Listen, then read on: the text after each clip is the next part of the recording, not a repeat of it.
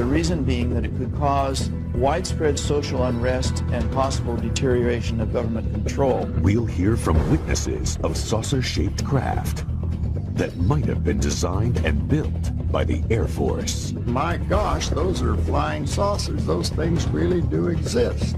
And we'll give you our final analysis in our Unex report as we blow the lid off the government's UFO conspiracy on Unexplained Mysteries, Undercover UFOs. Since the first sighting of a UFO, evidence suggests the U.S. government has lied to the American public to cover up the existence of alien spacecraft.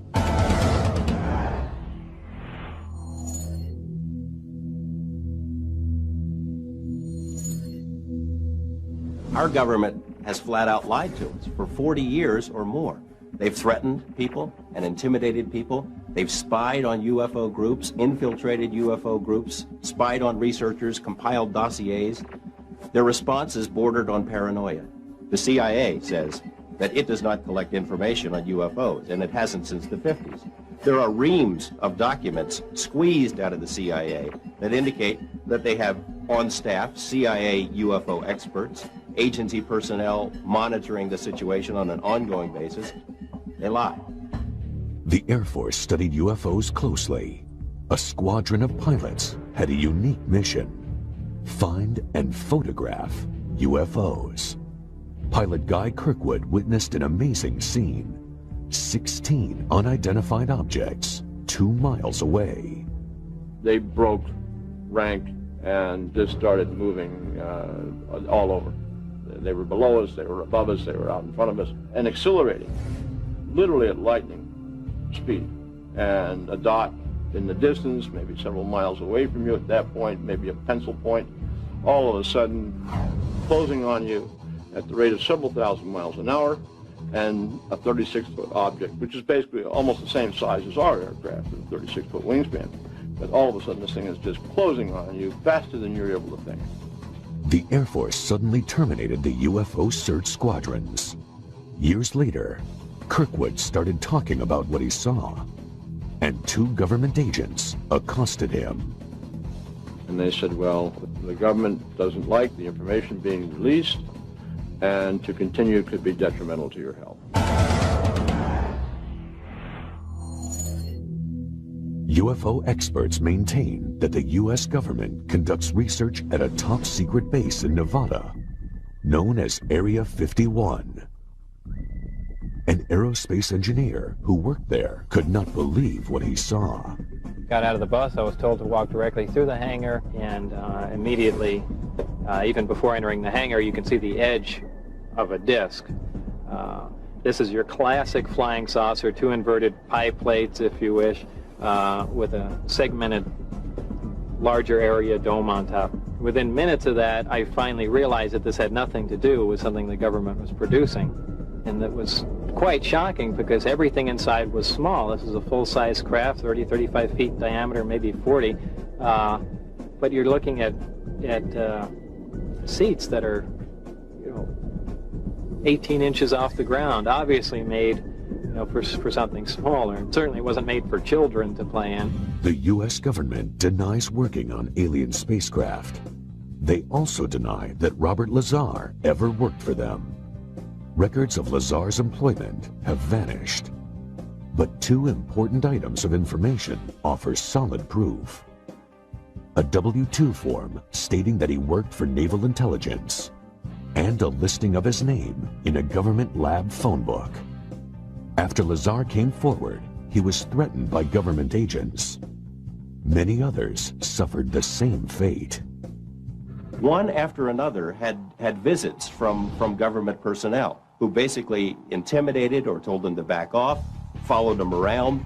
I've been covering organized crime in Las Vegas for 10 years, dealing with mob hitmen and mob informants, people who have been in the witness protection program. The fear that is generated by this UFO subject for people who really know about it far outweighs the kind of fear that the mob inspires. I mean, people are more afraid of our government than they are of organized crime. Despite the risk, Lazar maintains his conviction. I am exactly sure of what I saw. I know what mainstream science is like. I know where physics stands. I know all of that. And this is an extraterrestrial craft. This technology is hundreds and hundreds of years in advance of us, and that's the end of that story. The U.S. government has a history of withholding secrets from the public. LSD experiments on human subjects, radiation tests over cities, the Stealth Fighter Project, and the U-2 spy plane. The government has a name for their policy of systematic lying to the public. It's called disinformation. Our government does it all the time. There are even printed guidelines for how cover stories, disinformation, are supposed to work. While serving at NATO headquarters, Bob Dean saw super-secret documents dealing with UFO sightings called the Assessment. I have to be honest with you and tell you that that information literally changed my life, because I knew for the first time that the subject was not fantasy, it wasn't myth, it wasn't legend, it was real, it was true. One of the reasons I'm violating my national security oath is that I believe that the American people are losing their Constitution because of the secrecy and the cover-up. Officially, the government investigated UFOs under the name Project Blue Book. Now, I look upon Blue Book itself as a little bit of disinformation, to tell the people, yes, we're doing something, when in reality, Blue Book, as we understood it, was simply a public relations front. Many experts feel the government will go to any length to conceal the truth. To give you an example of the most recent example of absurd disinformation was this incident involving the Roswell incident. First, the Air Force says it was a weather balloon. And 50 years later, they said, gee, guys, we're sorry. It really wasn't a weather balloon. It was much more than that, but it was a balloon. Project Mogul. Well, I'm tempted to use terms that you'll have to bleep out. This is, that's disinformation. That's lying through your teeth to the American people. And if that isn't disinformation, I don't know what is. Coming up, the frightening UFO threat on our nuclear arsenal.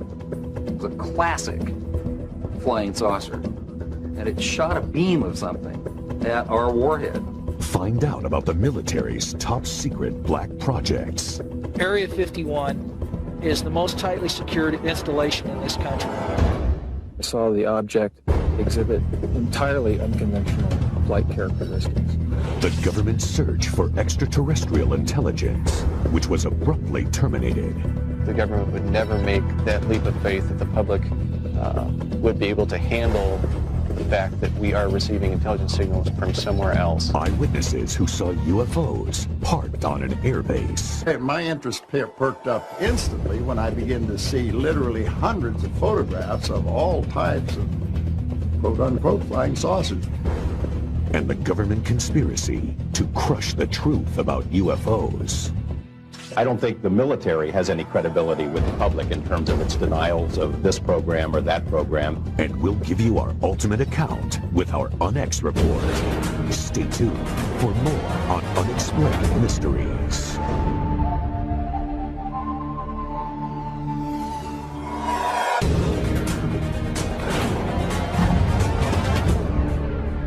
Unexplained Mysteries, Undercover UFOs. The long-time U.S. policy of lies and disinformation may have put the public in danger. Security at several U.S. nuclear missile bases was breached when eyewitnesses reported bright lights just 200 feet from the missile silos. The speed it took off with, I've seen F-16s fly high rates of speed. Mist was here and gone from a dead still hover. Wordsmith Air Force Base, Oscoda, Michigan. Shuttered now, it was an important part of Strategic Air Command's Northern Tier Nuclear Bomber Retaliation Force. An alarm sounded when several unidentified objects showed up on radar, and they were headed straight for the airbase. This is Top Rock with an expedited scramble. Authentication time is 1906. Scramble. Roger that. As UFOs flew towards the nuclear weapons storage areas, jets tried to intercept them. But by the time the pilots got there, they were gone. There were at least a dozen U.S. and Canadian military bases that were overflown during a 3-week period. Air Force personnel reported numerous sightings and radar contact of the UFOs in official documents. All of the incidents took place near nuclear weapons facilities. When one object came low over a weapons storage area, that appeared to demonstrate a clear intent over this area, meaning it seemed to have intelligence. I was awakened in the morning by a bright, glowing orange colored light. Looked out over the creek. There was a large, glowing orange oval-shaped object. It hovered over there for, I'd say, good 3 to 4 minutes. It sped off at a high rate of speed, heading away from the air base. I was scared. There was fear running through me. In their public accounts, the Air Force officially denied all the reports. It's very difficult to find military witnesses because they're, at the time, covered by regulations. I decided, along with several other researchers, to file Freedom of Information requests with the Pentagon. The Air Force documents stated, quote, penetration of sensitive areas during the hours of darkness have prompted the implementation of Security Option 3 at our northern tier bases, unquote. The reason this is so significant and interesting is that they seem to be focused on atomic weapons. These bases, because of what they stood for, there were massive retaliation capability, and therefore they were very high security bases. Whatever this was flying around could just penetrate all these defenses at will. The important question, did the UFOs affect the missile's ability to launch? Malmstrom Air Force Base had several intrusions near missile silos, one involving an object which, according to one witness, hovered over the silo and somehow managed to change the tracking numbers on the missile. According to the witness, the missile had to be removed and retooled to make it work again. And to see this, not in UFO books, but in government military messages, was a real eye-opener.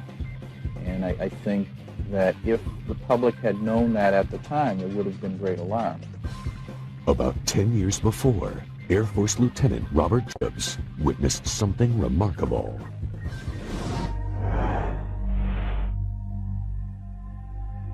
Hair's going up on the back of my neck right now thinking about it, just remembering that day. I saw something that was so strange that it changed my life. Jacobs was in charge of a special unit that filmed Minuteman and Atlas missiles during launch tests from Vandenberg Air Force Base in California. So my job was to provide photographic documentation from 30 or 40 different camera positions for each launch. We walked onto the missile and we saw all 3 stages of powered flight. The camera followed the missile through its successful flight.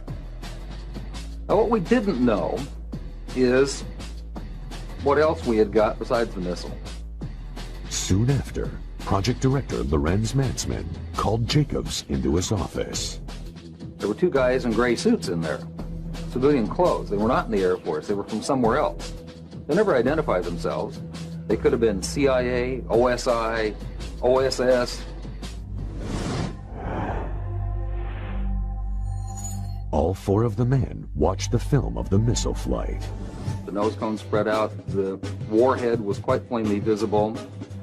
Something flew into the frame. What I saw was a circular object. It was a classic flying saucer. And it shot a beam of something at our warhead. You have to imagine this thing is flying along at several thousand miles an hour. This stuff is flying along, and something comes into the frame and chasing it. And comes in like this and fires at it, and goes around like this and fires at it, and goes around like this and fires at it, and fires at it like this, and then goes back out that way. What the hell could do that? Suddenly, Jacobs was in the hot seat. And he said, "What was that?" And I said, "It looks to me like we got a UFO." And he said, "You are never to say that again. As far as you're concerned, Lieutenant Jacobs, this never happened." And I was sworn to silence. reminded of the severity of a security breach, and told to leave the room. After keeping silent for many years, Jacobs went public. The Air Force responded with complete denial. The Air Force denied that I was ever there. Despite the existence of the film, the Air Force denied that Jacobs was in charge of the Special Photo Unit. They even denied he was in the Air Force at the time. They denied everything. Records reveal that Jacobs was in the Air Force, that he was in charge of the photo unit, and that he was filming that day. Major Matzman, his commanding officer who screened the film with him, wrote a letter confirming Jacobs' account of the UFO. The Air Force is probably not going to like this film, but there's nothing they can do about it. It exists. It documents the telescope, the people who were there, including me. And if there are any ramifications about it, I guess I just don't care anymore. Next on Unexplained Mysteries, is there a connection between top-secret black projects and UFO sightings? Certainly some of these things are going to look very strange. They're very unlike aircraft with which people are familiar. Is the military using alien technology in its black projects? I think the technology at Area 51 originally came from somewhere else.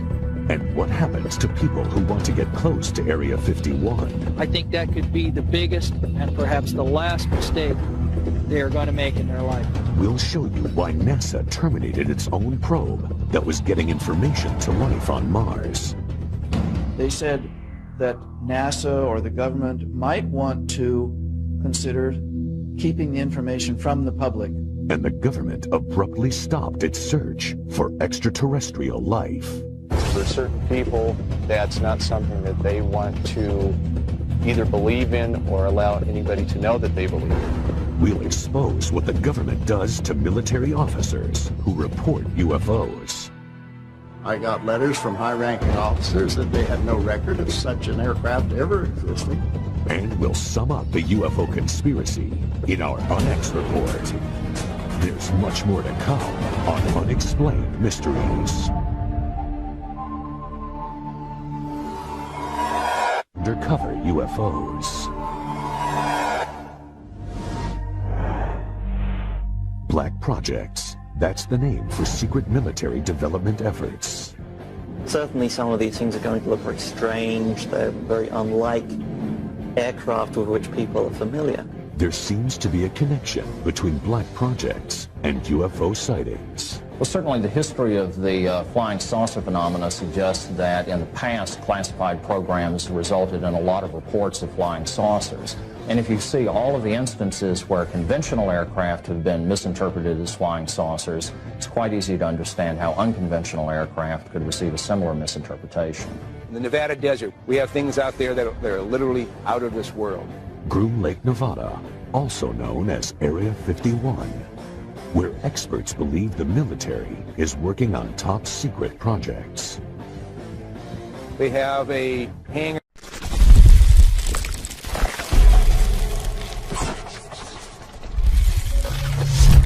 near the south end of the ramp that appears to have doors that are almost 200 feet tall, 400 feet wide. You can put anything in there. One of the problems associated with Groom Lake is the fact that it is a place that does not officially exist. Area 51 is the most tightly secured installation in this country. It's guarded both over the air and on the ground by elite Air Force security police and Department of Energy special response teams. If someone came to me and said there's just absolutely nothing that's secret, and they decided they were going to hike into Area 51, I think that could be the biggest and perhaps the last mistake they are going to make in their life. There are rumors of a secret project called Aurora, in which the Air Force is said to be inventing a craft using highly advanced technology. I think there's a strong possibility that we have recovered some sort of alien technology and are trying to incorporate that into military programs. Are they really hiding something that's totally alien? Is this otherworldly technology that's being applied to Air Force black projects?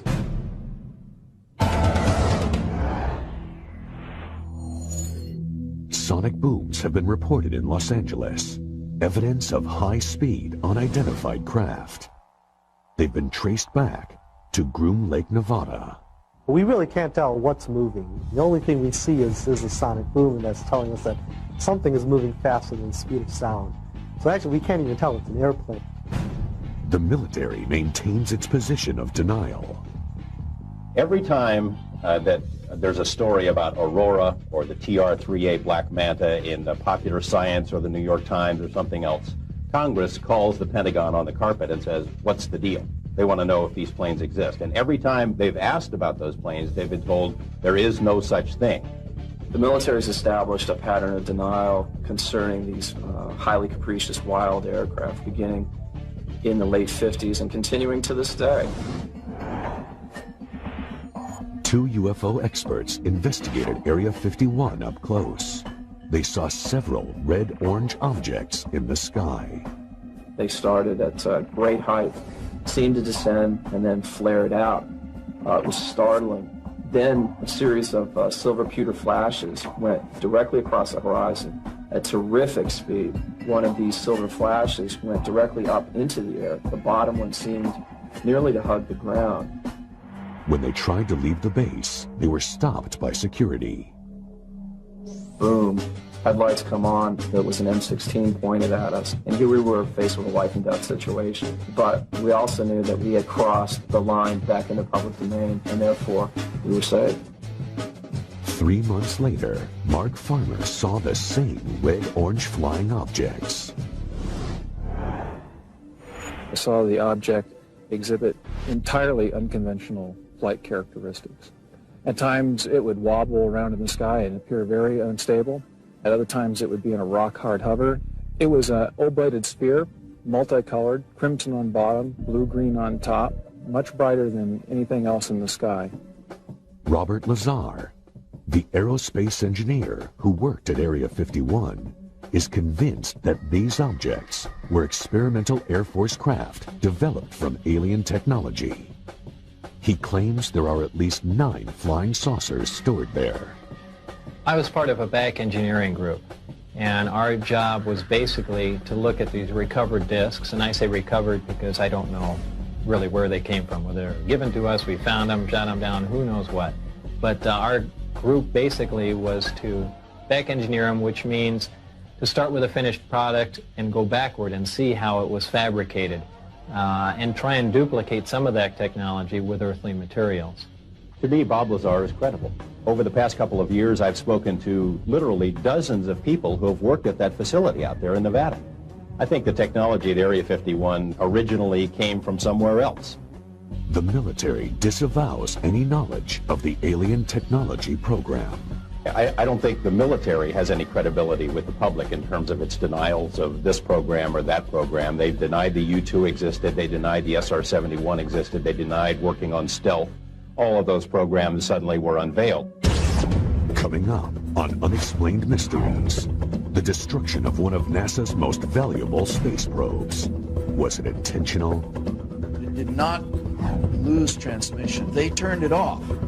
The promising search for extraterrestrial intelligence that the government ended abruptly. If our government knew that we got signal from outer space, they'd clamp a lid on it. The mysterious UFO sightings on the ground at MacDill Air Force Base. It was nearly 100 feet across.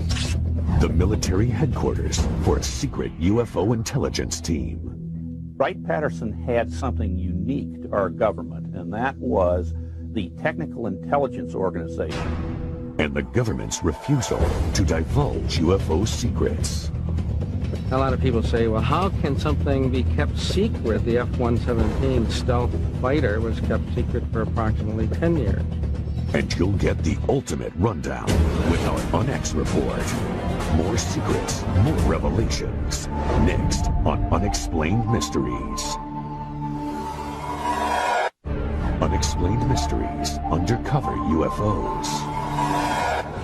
The government's cover-up of alien life extends to other planets. The unmanned Mars Observer was packed with sensitive data-gathering equipment. But it never completed its mission. NASA blamed the failure on technical malfunction.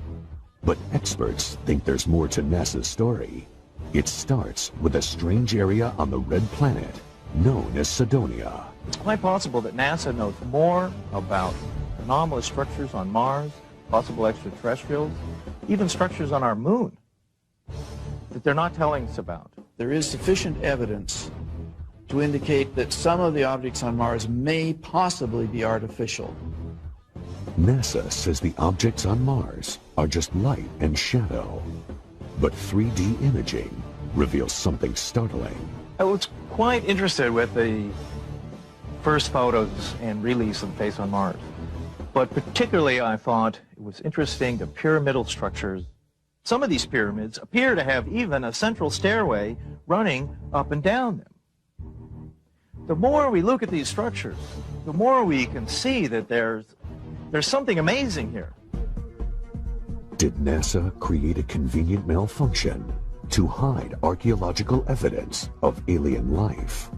If some people want to go far beyond the edge of what's accepted in terms of imagery, see patterns on the rocks of Mars or on the moon or in the rings of Saturn, my view to that is mazel tov. Go ahead, do it.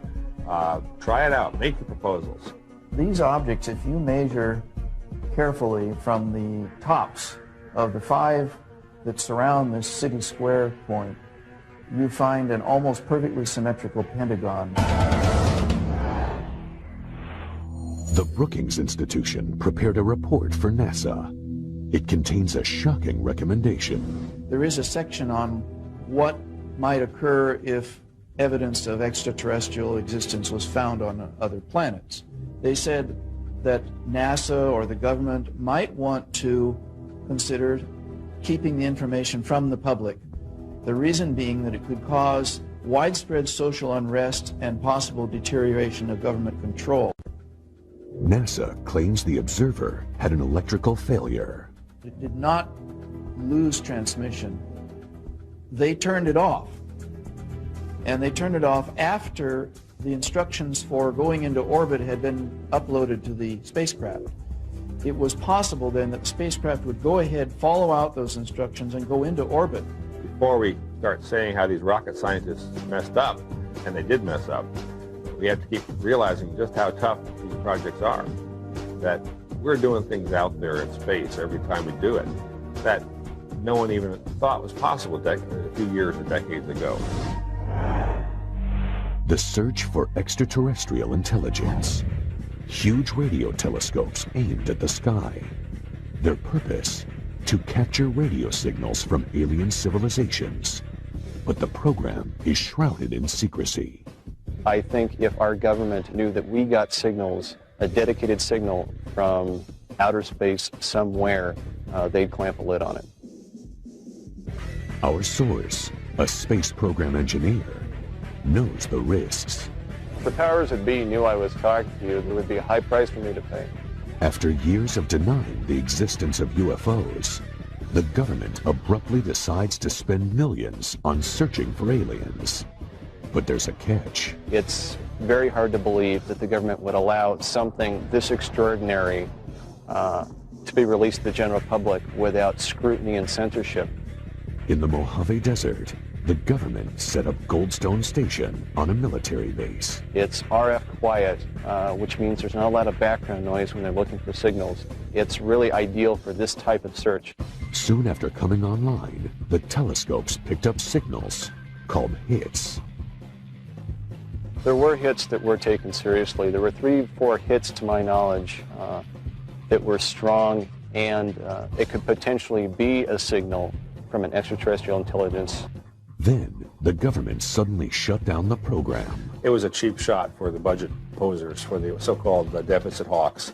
It's always easier to make fun of something that you or enough of your constituents don't understand. But some experts take issue with that explanation. If they embrace the concept of looking for alien signals, they also have to acknowledge the fact that the alien signals are coming from an extraterrestrial intelligence somewhere. And for certain people, that's not something that they want to either believe in or allow anybody to know that they believe in. Some people believe the National Security Agency killed SETI because it feared the public would panic. their history and action in the past is a good warning of what they would do if something like this happened. SETI was resurrected by several major corporations and renamed Project Phoenix. But the government maintained a strong, though unpublicized, presence. If the hits do come down, they will be suppressed, and I don't think anybody will take a chance. The government would never make that leap of faith that the public would be able to handle the fact that we are receiving intelligence signals from another race, creature, something from somewhere else. Next on Unexplained Mysteries, the Air Force officer who saw a number of UFOs. My gosh, those are flying saucers. Those things really do exist. Or were they experimental military planes? A lot of people say they're from deep space, but they could just as easily be from this world. Find out how the military dealt with questions about the aircraft. They had no record of such an aircraft ever existing. And we get to the truth about the UFO conspiracy in the UNX Report. Next on Unexplained Mysteries. Unexplained Mysteries Undercover UFOs. Reports are increasing of UFOs spotted at air bases, but with a striking difference. These craft are on the ground. MacDill Air Force Base, Florida, 1967. An officer witnesses an inconceivable sight. We were near a restricted area of the base, and all of a sudden we saw 4 aircraft parked out there, and our immediate reaction to each other was, my gosh, those are flying saucers. Those things really do exist. Pickett published the Air Force Base newspaper. He wanted to do an article about the craft he'd seen, including photos. I was called up to the Adjutant General's office. He went over to a file cabinet and got out a whole bunch of photographs. And he proceeded to lay these photographs out on a large table so that I could look at them. Well, of course, my interest perked up instantly when I began to see literally hundreds of photographs of all types of quote-unquote flying saucers. The Air Force refused to allow Pickett to publish the article. That night, eyewitnesses in Miami reported a large number of UFO sightings. At the airbase the next day, the flying saucers were gone. The images have haunted Pickett for years. Desperate for some kind of explanation, he recently contacted former Air Force intelligence officer George Filer. A lot of people say, well, how can something be kept secret for 50 years? Well, I point out that the F-117 stealth fighter was kept secret for approximately 10 years. And most of us didn't know that it existed until the government released the information. I pointedly asked him, not only are these where the flying saucers stories came from, is this what they were? And he said, yes. Well, I was awestruck. I couldn't really believe I was seeing what I was seeing. Some of those photographs had many, many aircraft in them. And they were all easily identifiable, as Air Force photographs are. And I asked him, well, how high and how fast could these things go? You hear all these stories. And he said, well, this particular aircraft could go fast enough and high enough to actually achieve space flight.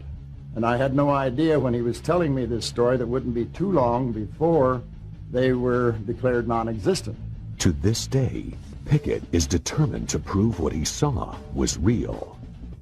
This is an illustration of one of the largest ones parked down. In fact, it was the largest. It was nearly 100 feet across. But when Pickett tried recently to get the photographs and documentation of the craft, the Air Force said no. When I initially wrote, I began to get answers back. They didn't have the faintest idea what I was talking about. I got letters from high-ranking officers that they had no record of such an aircraft ever existing. So I knew that it was top secret again.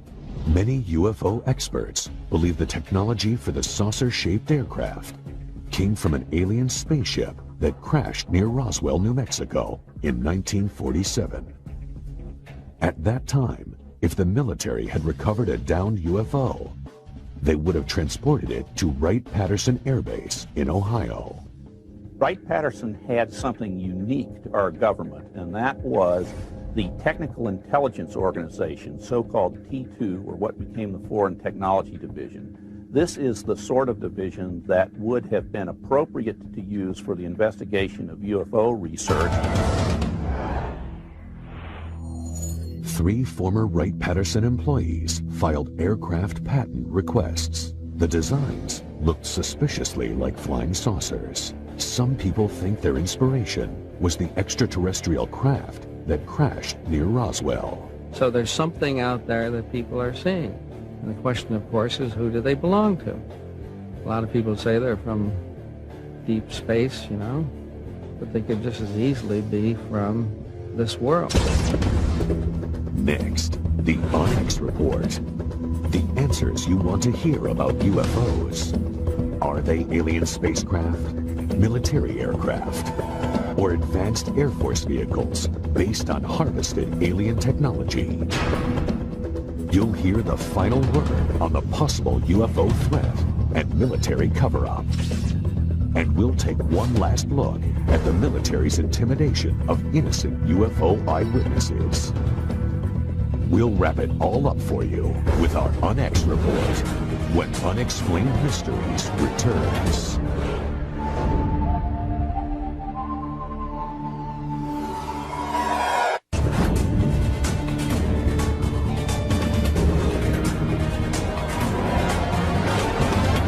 And now for the Unex Report. Experts believe the U.S. government is conducting a massive conspiracy to keep evidence about UFOs and aliens from the public. The military has established a pattern of denial concerning these highly capricious wild aircraft beginning in the late 50s and continuing to this day. Thousands of witnesses have reported seeing unknown flying craft with similar details. A 36-foot object, which is basically almost the same size as our aircraft, with a 36-foot wingspan. This is a full-size craft, 30, 35 feet in diameter. This is your classic flying saucer. And something comes into the frame and chasing it. And comes in like this and fires at it. And goes around like this and fires at it. And goes around like this and fires at it and fires at it like this and then goes back out that